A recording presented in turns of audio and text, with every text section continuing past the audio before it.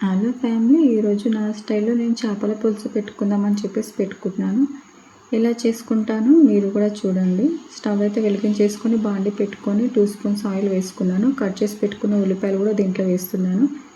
ఇప్పుడు ఇవి కొంచెం ఫ్రై అయ్యేలోపు దీంట్లోకి మసాలా మిక్సీ పట్టేసుకుందాం. ఎండు కొబ్బరి ఒకటి, నువ్వులు కొంచెం వేయింపేసుకొని మిక్సీ జార్లోకి వేసుకొని ఒక టమాటా కూడా వేసుకొని మిక్సీ పట్టేసుకోవాలి. ఇప్పుడు ఉల్లిపాయలు కూడా ఫ్రై అయిపోయినాయి కదా, దీంట్లో 1 స్పూన్ అల్లం వెల్లుల్లి పేస్ట్ అయితే వేస్తున్నాను.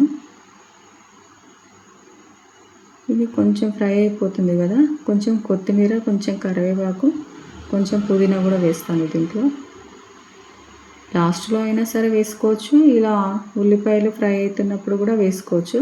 కాకపోతే నేను ఇప్పుడే వేసేసాను. ఒక్కొక్కరు ఒక్కోలా చేస్తారు కదా, ఎవరికి వచ్చినట్టు వాళ్ళు.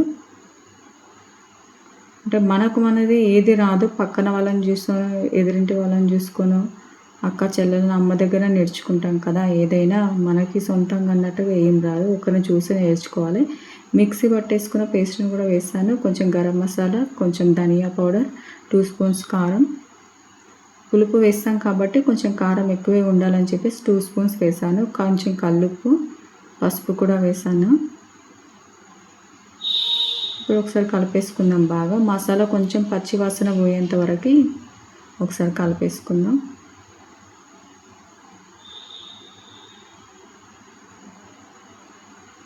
కలిపేసుకున్నాం కదా, మూత పెట్టేసుకొని ఒక 5 మినిట్స్ మగ్గనివ్వాలి. ఇది మగ్గిపోయింది కదా, చేప ముక్కలు కడిగేసి పెట్టుకున్నాను. ఇవి కూడా దీంట్లో ఒక్కొక్కటి పెట్టేసుకుంటున్నాను. మామిడికాయ వేస్తే కూడా బాగుంటుంది కదా, మామిడికాయ, బెండకాయ అన్నీ వేసి చేస్తారు. కాకపోతే నేనైతే సింపుల్గా చేశాను. చేప ముక్కలు కూడా పెట్టేసుకున్నాం కదా, ఇప్పుడు దీంట్లో చింతపండు రసం కూడా వేస్తున్నాను. చింతపండు రసం కూడా వేసుకున్న తర్వాత కొంచెం మనకు తిక్కగా కావాలంటే తిక్కగా చేసుకోవచ్చు, కొంచెం పల్చగా కావాలంటే పల్చగా చేసుకోవచ్చు. చింతపండు రసం వేసిన తర్వాత కొంచెం వాటర్ అయితే వేసాను.